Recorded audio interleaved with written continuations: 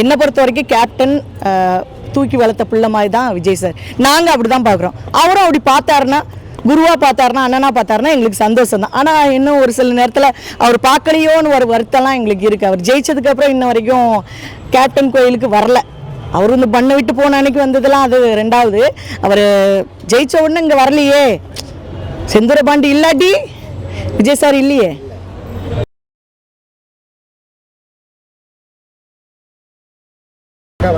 வணக்கம் சாமி. என் பேர் செல்வம் உமா, சமூக ஆர்வலர். நான் அன்னதானம் எப்போவுமே டெய்லி இந்த டைமில் தான் அன்னதானம் கொடுப்பேன். இன்றைக்கி கேப்டனோட பிறந்தநாள், மனிதத்தை விட தெய்வத்தோட பிறந்த நாளுக்காக இன்றைக்கி கேப்டனை பார்க்குறதுக்காக வந்திருக்கேன். அவர் சொன்ன நல்ல விஷயங்கள், செஞ்ச நல்ல விஷயங்கள், அவர் இந்த மண்ணை விட்டு போனதுக்கப்புறம் எங்களுக்கு காதுலையும் கண்ணிலையும் பட்ட நல்ல விஷயங்கள் எங்களுக்கு மனசளவுல ஒரு தாக்கத்தையும் ஒரு வெறுமையும் கொடுத்துச்சு. உண்மையிலே அவர் செஞ்ச நல்லதை நீங்கள் என்ன நினச்சிக்கிட்டாலும் சரி, இருக்கிற வரைக்கும் ஒரு மனுஷன் நல்லது செஞ்சாலும் வெளியே தெரியாமல் கெட்டவனாவே ப்ரொஜெக்ட் பண்ணிவிட்டு, அவர் இறந்ததுக்கப்புறம் ஊர் 2 கோடி ரூபாய்க்கு இடம் கொடுத்தாரு, ஊர் மக்களுக்கு இவ்வளோ செஞ்சுருக்கா அப்படிங்கிற அவர் மண்ணை விட்டு போனதுக்கப்புறம் சொன்னது எனக்கு ரொம்ப கில்ட்டியாக இருந்துச்சு. இந்த மீடியாவை பொறுத்த வரைக்கும் எனக்கு அது கோபமாக இருந்துச்சு. நல்லதை இருக்கும்போதே செய்யுங்க, இருக்கும்போதே சொல்லுங்கள். ஒரு மனுஷன் செஞ்சதை நல்லது இருக்கும்போதே சொல்லுங்கள். அவர் இறந்ததுக்கப்புறம் சொன்னது எனக்கு உறுத்தலாக இருந்துச்சு. அந்த நிமிஷம் ஒரு கேப்டன் மண்ணை விட்டு மறைந்த அந்த நாள்லேருந்து இந்த நாள் வரைக்கும் என்னால் முடிஞ்ச அன்னதானம் இங்கேயும் கொடுத்துட்ருக்கேன், வெளியும் கொடுத்துட்ருக்கேன். இன்றைக்கி கேப்டனோட பிறந்த நாளுக்கு அன்னதானமும் கொடுக்குறேன். அதே போல் இன்றைக்கி துணியும் கொண்டு வந்திருக்கேன். அன்னதானம் ஒரு மனுஷனுக்கு தேவை, இருக்க இடம், சாப்பாடு, அதே போல் உடை முக்கியமான தேவை. கேப்டன் எப்போவுமே ஒரு விஷயம் சொல்லுவார், யார் உங்ககிட்ட கையேந்தினா உனக்கு நல்லவனு கெட்டவனு பார்க்காம அன்னதானம் சாப்பாடு கொடு. அவரோட அது அவரோட தீமை அதுதான், சாப்பாடு கொடுக்கறது. யார் அது இப்போ கையேட்டி அவர்கிட்ட யாருமே இங்கே வந்தவங்க யாரும் இது வரைக்கும் பசியோடி போயிருக்காங்களா? இந்த நிமிஷம் வரைக்கும் 2 வருஷம் ஆகுது. ஆனால் அந்நியார் இந்த நிமிஷம் வரைக்கும் சாப்பாடு போட்டுகிட்டே இருக்க காரணம் என்ன? இங்கே வந்தால் சாப்பாடு கிடைக்கும், வயிறார சாப்பிட்லாம் அப்படிங்கிற எண்ணம் தானே. இந்த கேப்டன் உலகத்தை விட்டு போனதுக்கப்புறம் இந்த சாப்பாடு அன்னதானத்துக்கு ஒரு பெரிய ப்ளஸ் பாயிண்ட்டு கேப்டன் கோயில் தான். பொதுவாக பார்த்தீங்கன்னா யாராக இருந்தாலும் உயிரோடு இருக்கும்போது அவங்க எதனா பண்ணுறாங்க அப்படிங்கிறதுல அவங்களோட இணைஞ்சிருப்பாங்க, ஒட்டி இருக்கிற மாதிரி அவங்க மறைந்து வருடக்கணக்கு ஆனாலும் கூட அவர் கேப்டனை விட்டு தெரியாமல், அந்த கட்சியிலிருந்து தெரியாமல் இன்னும் ஃபாலோ பண்ணிட்டு இருக்கிறதுக்கான அந்த காரணம் என்ன? கேப்டனை விட்டுலாம் புரியலாம் முடியாது. நம்ம உசுருக்கு அது உசுரில் கலந்த மாதிரி. எங்களுக்கெல்லாம் எப்படின்னா, கேப்டன் இருக்கும்போது அவரை உண்மையாக நேசித்தோம். அவர் இந்த உலகத்தை விட்டு போனதுக்கப்புறம் இன்னும் நேசிக்காருன்னா, அவர் இந்த உலகத்தை விட்டு அவரோட உடல் தான் போயிருக்கு, ஆத்மா அங்கே தான் இருக்குது அப்படிங்கிற உணர்வுபூர்வமாக நாங்கள் உணர்ந்திருக்கோம். அதனால் கண்டிப்பாக அவரை விட்டுலாம் போக முடியாது.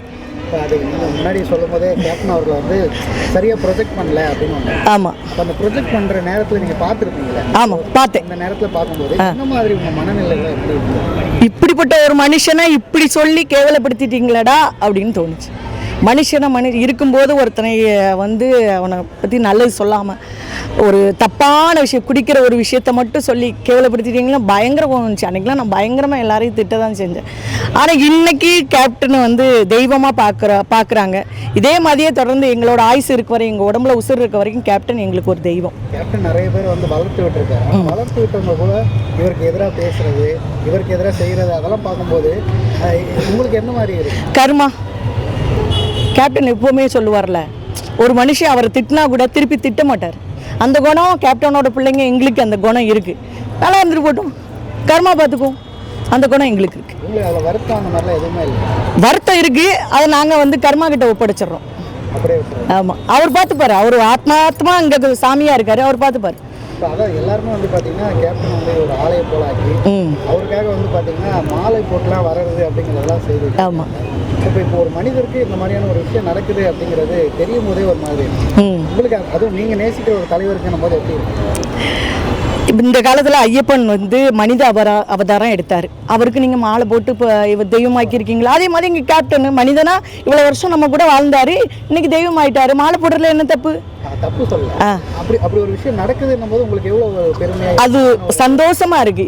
எந்த தெய்வங்களுக்கும் எந்த தலைவர்களுக்கும் எம்ஜிஆர், கருப்பு எம்ஜிஆருக்கு மாதிரி நம்ம சொல்கிறோம் நம்ம கேப்டனை, அதுபோல் எம்ஜிஆர் கூட நடக்காத ஒரு விஷயம் நம்ம கேப்டன் நடக்குன்னு நமக்கு சந்தோஷம் தானே. இப்போ தொடர்ச்சியாக வந்து பார்த்தீங்கன்னா அரசியல் கட்சி தொடங்கினதுலேருந்து நிறைய விஷயங்கள் இருக்குது முன்னாடி பின்னாடி. ஆனால் இப்போ அவருக்கு பிறகு அந்நியார் வந்து எப்படி செயல்பட்டு இருக்காங்க? அண்ணியை இந்த நிமிஷம் வரைக்கும் கேப்டனாக சாமியாக பார்த்து இந்த நிமிஷம் வரைக்கும் டெய்லி வந்து பூஜை பண்ணி அவர்கிட்ட கேட்டு தான் எல்லா முடிவுகளும் செய்கிறாங்க. அதே போல் எந்த நல்ல விஷயம் செஞ்சாலும் முதல்ல கேப்டன் வந்து ஆசீர்வாதம் வாங்கிட்டு தான் அண்ணி வந்து அடுத்த விஷயத்த பண்ணுறாங்க.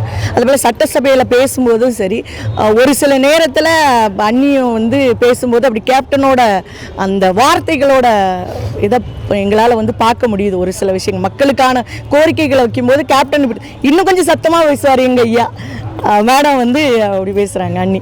அந்நியார் வந்து பேசணும்னா இப்போ அதாவது எல்லாரும் வந்து விஜய் அவர்கள் ஜோசியரை வந்து தேர்ந்தெடுத்துக்காரு அவர் கூட அப்படின்னு. ஆமாம், அவங்க குரல் கொடுத்த உடனே அதை உடனே வந்து பின்வாங்கிட்டாரு, பின்வாங்க. ஆமாம், அந்த அளவுக்கு ஒரு ஸ்ட்ராங்கான வாய்ஸாக இருக்குது. அதை எப்படி பார்க்குறீங்க? அதே நேரத்தில் விஜய் அவர்களுடைய ஆட்சியை பற்றி நினைக்கிறேன். நான் விஜய் சார் இப்போ தான் நம்ம வந்திருக்காங்க. இப்போ தான் கொஞ்சம் ஒரு 100 நாள் 105 நாள் 110 நாளைக்கு உள்ளதான் ஆச்சு. இப்படி இருக்கும் பட்சத்தில் அவர் இன்னும் பண்ணட்டுமே. இன்னும் ஒரு சில நேரம் என்னை பொறுத்த வரைக்கும் கேப்டன் தூக்கி வளர்த்த பிள்ளை மாதிரி தான் விஜய் சார். நாங்கள் அப்படி தான் பார்க்குறோம். அவரும் அப்படி பார்த்தாருன்னா, குருவாக பார்த்தாருன்னா, அண்ணனாக பார்த்தாருன்னா எங்களுக்கு சந்தோஷம் தான். ஆனால் இன்னும் ஒரு சில நேரத்தில் அவர் பார்க்கலையோன்னு ஒரு வருத்தம்லாம் எங்களுக்கு இருக்குது. அவர் ஜெயிச்சதுக்கப்புறம் இன்ன வரைக்கும் கேப்டன் கோயிலுக்கு வரல. அவர் வந்து பண்ணை விட்டு போன அன்னைக்கு வந்ததெல்லாம் அது ரெண்டாவது. அவர் ஜெயிச்ச உடனே இங்கே வரலையே. செந்தூரபாண்டி இல்லாட்டி விஜய் சார் இல்லையே. செந்தூரபாண்டி இல்லாட்டி விஜய் சார் இல்லைல்ல. அப்போ அந்த நன்றி விசுவாசத்துக்காவது ஜெயிச்ச உடனே வந்து கேப்டனை பார்த்துட்டு போயிருக்கலான்னு ஒரு வருத்தம் எங்களுக்கு உண்மையிலே இருக்குது, எல்லார் மனசுலேயும் இருக்குது. இன்னைக்கு வந்து பார்த்தீங்கன்னா ஒரு சிஎம் ஆகிட்டார். ஆமாம், அவர்கிட்ட ஏதாவது ஒரு கேப்டனோட வைக்கணும், ஒரு கோரிக்கை வைக்கணும்னு மாதிரி முதலமைச்சர் சார், விஜய் சார், எங்கள் கேப்டன் கோயிலுக்கு நீங்கள் வரணும். ஒன்று, இங்கே இருக்கிற அன்னதானம் எக்காரணத்தோடும் மரணம் வரைக்கும், எங்களோட மரணம் வரைக்கும், இந்த மண் இந்த பூமியில் இருக்கிற வரைக்கும் அன்னதானம் தொடர்றதுக்கான விஷயங்கள் நீங்கள் கொஞ்சம் சப்போர்ட் பண்ணணும். டெய்லி நான் பண்ணுறதுக்கான விஷயங்கள் எக்காரணத்தோடும் அன்னதானம் நிற்கக்கூடாது. நீங்கள் ஒரு தடவை கேப்டனை பார்க்கறதுக்கு வரணும் அப்படிங்கிறது தான் என்னுடைய. நன்றி.